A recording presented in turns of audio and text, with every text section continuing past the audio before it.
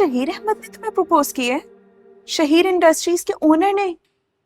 तो हैरान हो गई यार। और मैं भी तुम्हारी तरह ही हैरान हुई थी और इसी चक्कर में उसे एक बार इनकार भी कर रही। तुम पागल हो? तुम शहीर अहमद जैसे शख्स को इनकार कराई? सच्ची बात बताऊं, तुम्हारे साथ हुए हादसे के बाद मैं बहुत डर गई थी माई। और फिर तुम्हारे मामू भी तो उस शख्स को जानते थे ना, लेकिन देख लो उसने तुम्हारे साथ क्या किया। मुझे ऐसा लगा कि शहीर मुझ जैसी लड़की से क्यों शादी करे, मैं तो एक आम सी लड़की हूँ, और फिर उसको भला रिश्तों की कमी होगी। एक सेकंड, तुम पागल तो नहीं हो? कहाँ लिखा है कि जो मेरे साथ हुआ है तुम्हारे साथ भी होगा? पांच उंगलियां बराबर नहीं होती हैं ना। ऐसा भी हो सकता था, लेकिन शायद मैं बहुत घबरा गई थी। ऐसा ही होता। खैर मैं तो हैरान हूँ तुम्हारी बेवकूफी पे यार।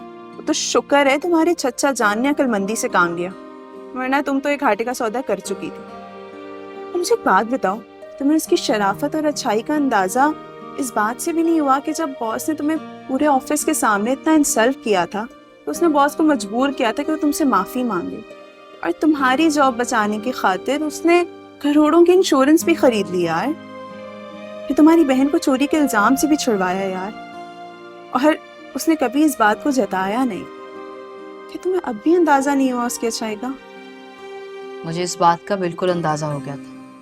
इनफैक्ट उस दिन अगर सिद्दीकी साहब मेरे सामने ना आते तो मुझे पता ही नहीं चलता कि इन सब मामलात के पीछे शहीर अहमद का हाथ है। और फिर अशफाक साहब ने इतनी डिटेल्स दी तो मुझे समझ में आया कि ये क्या हो। चलो शुक्र है तुमने कोई तो अक्लमंदी का काम किया कि अशफाक साहब से कॉल करके डिटेल्स ले ली। अब कोई मजीद बेवकूफ़ी मत करना और खुशी खुशी अपनी शादी की तैयारी करो। ठीक है, ये तो मैं कर लूंगी, लेकिन तुम मुझे डांटना बंद करो। कभी कभी तो मुझे ऐसा लगता है कि शहीर अहमद ने तुम्हें अपॉइंट किया मुझे सुनाने के लिए। शहीर अहमद जैसे हैंडसम इंसान के लिए तो ना ये सर्विस मैं फ्री में देने के लिए तैयार हूँ।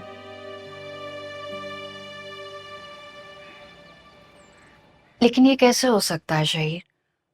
मैं चाचा जान के साथ कैसे आ सकती हूँ? इसमें क्या मुश्किल है? मैं तो आज चाचा जान से साफ साफ बात कर रहा हूँ। 15 दिन के अंदर अंदर शादी कर रहे, मुझसे और इंतजार नहीं होता। अब इतनी जल्दी भी नहीं, मैंने कहा। तुम रह सकती होगी, लेकिन मेरे लिए अब तुमसे दूर रहना नामुमकिन हो गया। जब से तुमसे मिला हूं, ऐसा लगने लगा है जैसे अपने ही वजूद के किसी खोए हुए हिस्से से मिल रहा हूं। तुम्हें पाऊंगा तो मुकम्मल हो जाऊंगा। और शहीर, जो मैंने आपके साथ ज्यादती की है, अगर मुझे पता होता कि आप मुझे प्रोटेक्ट कर रहे हैं तो इस तरह ऑफिस कभी नहीं आती। कब तक उस गलती के लिए शर्मिंदा होगी जो तुमने नहीं की? जब तक मेरे अंदर का गिल्ट दूर नहीं हो जाता। गिल्ट खत्म करने के लिए मोहब्बत का जवाब मोहब्बत से भी दिया जा सकता है, या फिर साथ लंच भी किया जा सकता है। मैं बहुत आराम से राजी हो जाता, बस मनाने का हुनर आना चाहिए। बहुत फनी बातें करते हैं आप। फिर बताइए कैसे गिल्ट खत्म